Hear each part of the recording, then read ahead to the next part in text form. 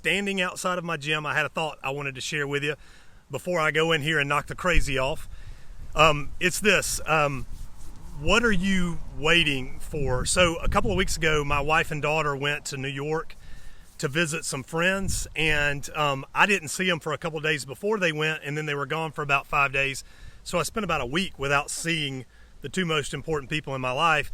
And we have this nifty little app on our cell phones called Life 360. If you've got a kid that's driving and you don't have Life 360, you should definitely check it out, because you can tell how fast they're going, all that kind of stuff. Anyway, we get notifications from each other when we're getting home, and there's a radius around my house that says when one of us comes inside that radius, it pings you and says Christy's home or Richard's home or Jordan's home.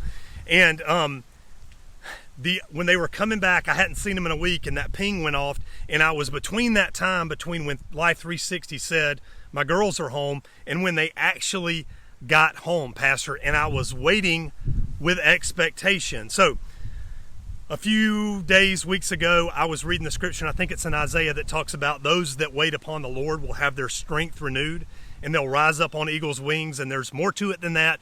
But as I was looking at that and digging in, that word waiting kind of stuck out to me. So I dug in and started looking at the context and what that word means, and it's actually, I think, the Greek, maybe Hebrew, you'll have to forgive me, was the word kavah, Q-A-V-A-H. And here's what that word means. There's two different definitions of it.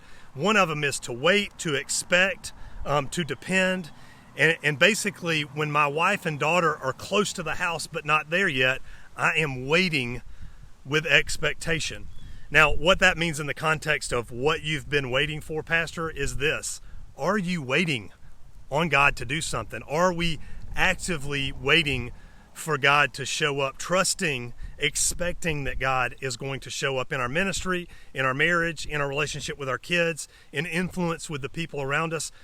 Are we waiting? And this is what I wanted to bring to your attention, which is a funny way to introduce this idea. There's a thing inside your brain called the reticular activating system, and it's the thing when you start thinking about and getting that new minivan, and then you start seeing that new minivan in it everywhere, in which I know that nobody's dreaming about minivans, but you're thinking about getting your new minivan, and then you're riding down the street and you start noticing all the minivans. Well, what's happening is your reticular activating system is hard at work showing you where that thing exists in the world. And I think God put that there so that, Pastor, you and I, because as we dream the big vision and we're starting to pray about the vision, before we start moving forward, we're in the act of waiting on the Lord so that God can show us and order our steps.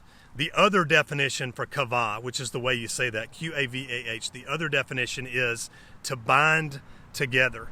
And what I'm starting to learn is that doing something I'm not good at, which is waiting on the Lord, which is waiting on anything, that by doing that, the act of waiting binds us to the Lord and to His will so that He can order our steps. And this is what I would challenge you with today, Pastor. Specifically, what are you waiting and expecting from the Lord? Is it something in your church? Is it something in your marriage? Is it somebody that God's given you influence with that you're waiting on God to give you the opportunity to speak into that person's life? Pastor, what are you waiting for? And I think that waiting for things is exactly what we've been waiting for. Okay, Pastor, if you want to know more about what we're doing at 24 to Double, this whole church discipleship model that we call 24 to Double, just go to 24trial.com. I'll drop it in the comments below this video, 24trial.com. You'll see everything you need to know about 24 to Double, our model to get your church to double in just 24 months. If I don't see you inside 24 to Double, hopefully I'll see you tomorrow on another live stream. If you want to follow us, if you scroll down through the comments, you'll see a follow button, and if you click on that, you can actually have it alert you when either Jerry or I go live. If you're looking for daily encouragement, hopefully this is it. Pastor, I'd love to know what you're waiting for. Drop me a comment below. Certainly follow us, and I'll catch you in the next live stream. Thanks again. This is Richard Chancey. Be with me as I go in here to the gym to knock the crazy off. Thanks, Pastor. See you tomorrow.